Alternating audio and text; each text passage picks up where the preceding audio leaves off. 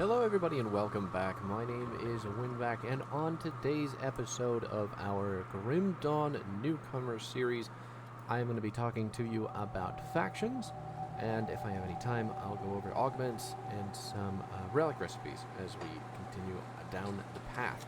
So, we're going to talk a bit more in depth about the faction and reputation menus and vendors, since Homestead has two different vendors for us to compare.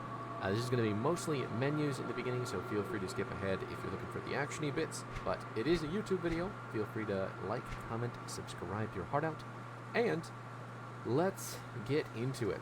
Now, the Homestead Quartermaster is going to be located at the top of the fort. The Black Legion Quartermaster is on the ground next to the blacksmith. You'll notice, though, when we've got the Homestead shop up, that we can't buy anything at all. So this is actually because we lack any reputation whatsoever to do so, and you can see Homestead currently in the factions listed, or the factions menu has us listed as tolerated. So tolerated means that they don't hate us. They just don't know anything about us, and we have to get up to friendly to access even the first tier of shop, which is just potions and tinctures.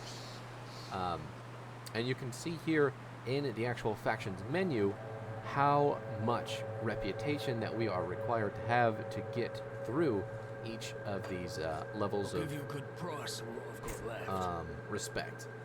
So those correspond to the menus up at the top here, and what you're seeing is the writs and mandates for the Homestead faction. Now, writs and mandates are going to be more endgame items. They're also going to be more for giving to other characters.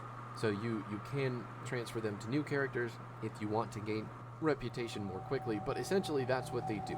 You'll purchase them, and then they will increase your reputation gains for the faction that you decided to purchase them with.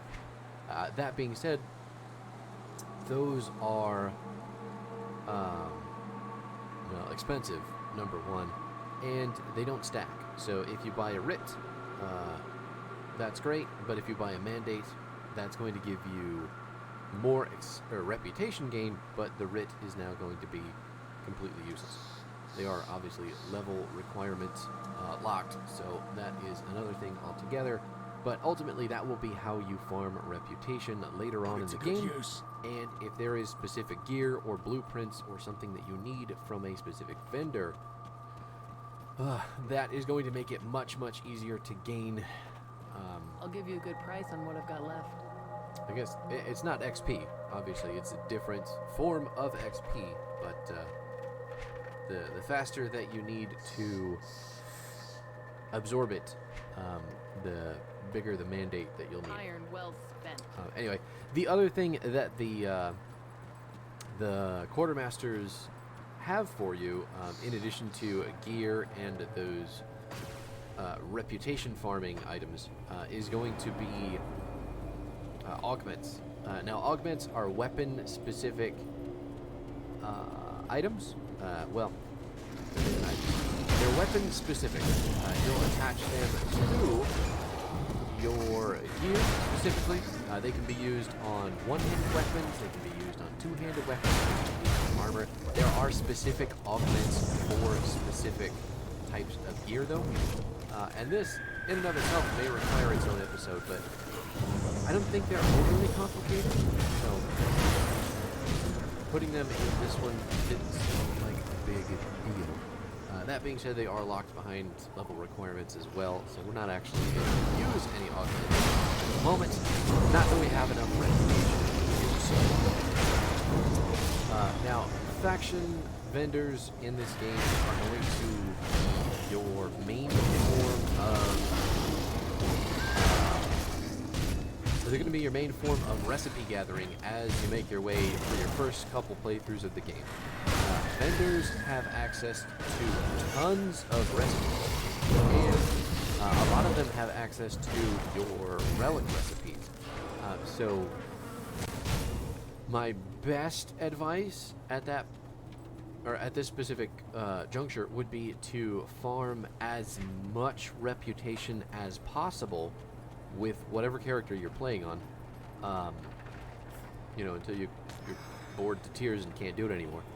Because if you have one character with enough money and enough reputation, you can buy the relics, or the blueprints for the relics, or the blueprints for the items, blueprints period, from all the vendors, and have them unlocked for all of your characters. Blueprints are shared throughout the game across all of your characters, so once you use it once, it's good to go, and if you pick it up again, all you really have to do is drop it on the ground or sell it. It's not worth it. So where's the things? Again, the faction vendors, since they have access to all of the recipes that you're going to need for your late game relics, and some pretty decent items, if we're being honest. They do have some pretty strong, I think they'll have monster, it's not really monster infrequent because they're not monsters, but they have some special gear.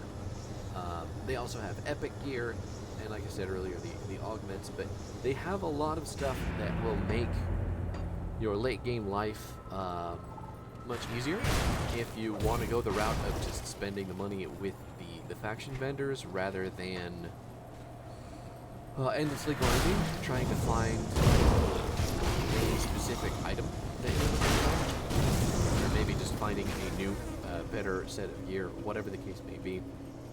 We're actually going to come up on our second Act 3 devotion. This is always going to be here, out to the left of Homestead in the infested farms. Once you get this mission from Douglas in Homestead, there you have it. I'm not... Do we pick it up? I'm not sure. Yeah, let's just get it up. We're just going to knock it out. I don't know if we're going to specifically do another devotion shrine video for Act 3. Maybe. We'll find out. If I run out of things to talk about, we'll probably do one. But anyway, back to factions, reputations, all that stuff. Your first tab in your faction shops, all of them, is going to be one potion and it's called a signature. That menu, those are obviously small buffs that you can get from those items. They don't last forever, but they're significant enough that if you want to buy them and use them, they will be helpful. Your second tier is just going to be faction-specific gear, like weapons. There are a couple smaller blueprints on that end as well, so you could... I'm pretty sure some factions have smaller relics for you to pick up, like powered relics, on the tier 2 of the shop, empowered relic recipes will be big. That's not for every vendor, but a lot of them will have specific relic recipes for you, as well as specific gear.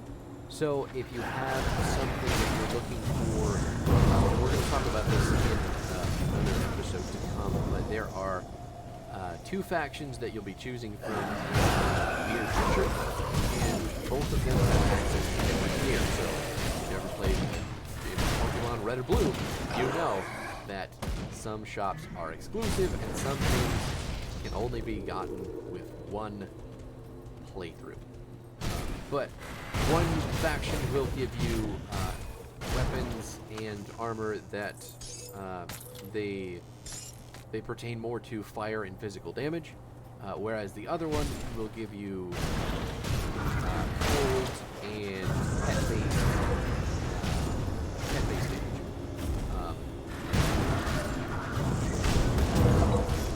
That's coming up soon. I mean, I don't want to dive too far into that, spoilers, but you can see with that mentioned that vendors have all sorts of different gear, all sorts of different options for you. So if you have a specific build and you're still in the early stages of the game, definitely check out the vendor shops, because with enough reputation, which is pretty easy, it's pretty easy to farm up to the respective tier for faction shops. So don't feel like that those weapons are unattainable, because really all that you have to do is go out and farm those quests really quick, and then you typically get the item that you're looking for. I'd say within about 30 minutes to an hour. Getting to friendly is not hard. Now, we're actually going down into the Royal Hive. This is another main quest line mission. This is a Homestead given to us mission. This is not going to be the Black Legion who will be directing us over to the Amalgamation. But this quest is on the way to the Amalgamation, which is, I mean, you do them at the same time. It's a lot of XP to turn in, and with this one specifically, you can kind of crank them all out in one go. You clear some egg clusters, you kill off the Germapter and Queen, you go back to Homestead, give them a whole bunch of stuff to turn in, get a huge spike in experience, and then you can just teleport right back, finish off the Ethereal, and unlock the next part of Act 3. But there is another shrine location in this part of Act 3, and it is located inside. It's not this one. It's not the Swarming Hatchery. It is located in the Skittering Den. So, for Act 3, when you are in this specific mission, when you have to destroy the Germapter and Queen, remember you want to find the entrance for the Skittering Den inside this cave, and then the Skittering Den has a collapsible wall. You'll break that down, and you'll go down into the Forgotten Depths to find yet another devotion shrine. Hopefully, I am not just going to blaze past it with my playthrough, but we'll find out. So anyway, the stages of your faction shops are going to actually...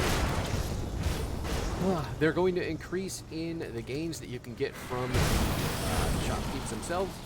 So items get better, recipes get better, everything gets better. But in addition to that, once you get respected with a faction, you get access to their bounty table. So the bounty table is exactly what it sounds like, but it is basically going to give you side quests to do. It's going to either have you collect something from a monster, relatively simple and easy tasks, but you'll just have to venture out into the world, find them, complete them, back, turn it into the bounty table, and then get a new one if you wanted to continue farming. So it's a really good way to get additional XP. It's a really good way to get reputation farmed up if you don't have access to the writ or the mandate yet for that faction, which you shouldn't, because the respected tier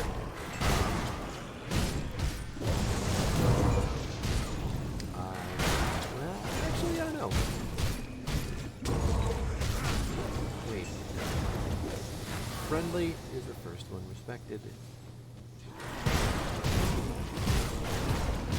Oh, I'd have to menu again. Apologies. The bounty table opens up early on. It may be just at the second tier, which is because honored is when you start getting writ. Revered is the mandate. But in order to get up that much reputation, you'll usually find yourself taking a lot of bounties. That makes sense. I'm pretty sure it is at respected.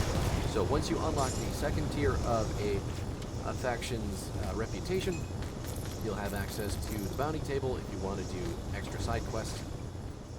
They're very helpful for farming XP and gear too, because a lot of the time they'll send you on missions to go kill, unique enemies. So that's helpful. And regardless, what you really want to do is push for those written mandates and additional XP or reputation as fast as possible, and then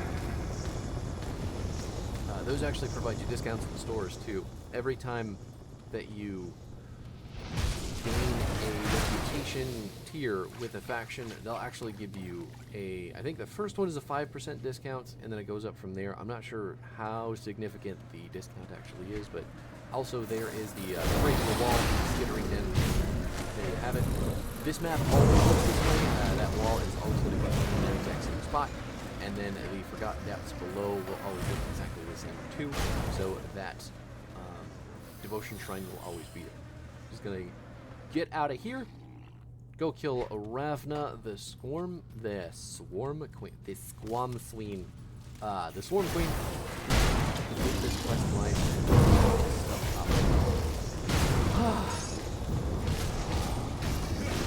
But while we're on the topic of closing the video out,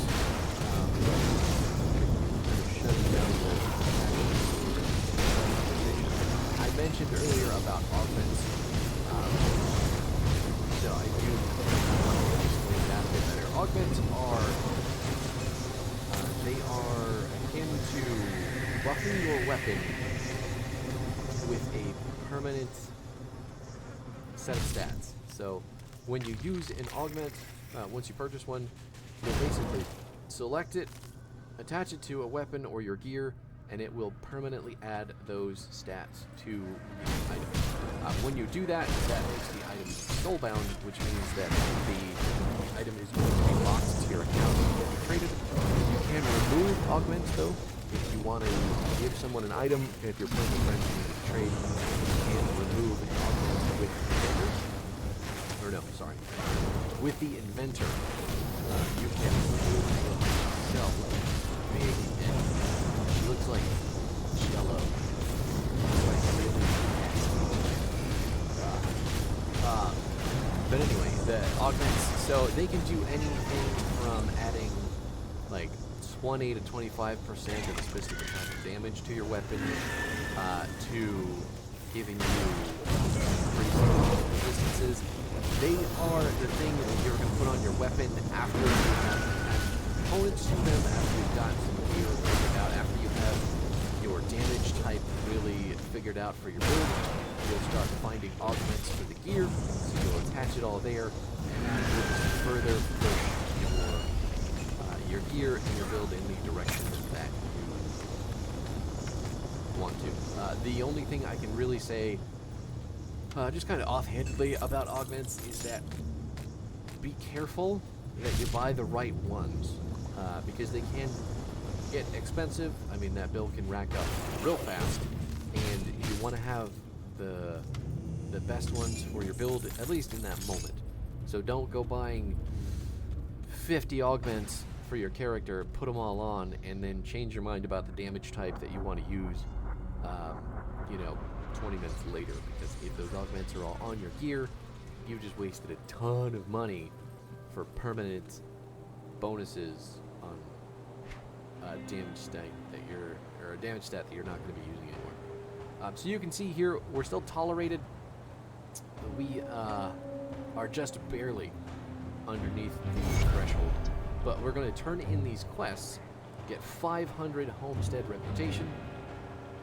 Actually going to turn in multiples. So there is another 1,000 Homestead reputation. And this is the big quest line for Homestead. They want you to wipe out the Nematrons, but we'll go back into the menu, and you can see that we have just jumped past friendly. So now that friendly's unlocked, we have access to those potions on the first tier, and then I get a faction discount 5%. At the next tier, we'll get the bounty table and everything unlocked. So I'll give you a good head over here. There you have it. There's the potions, Nematrine oil, and Courageous Tincture.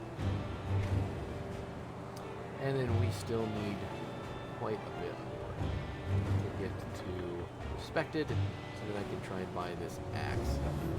I do need a new weapon for this build, but that may end up being something fun. So anyway, that is it for this video, guys. Thanks so much for hanging out. I will be back tomorrow to continue down the path, but I will see you then.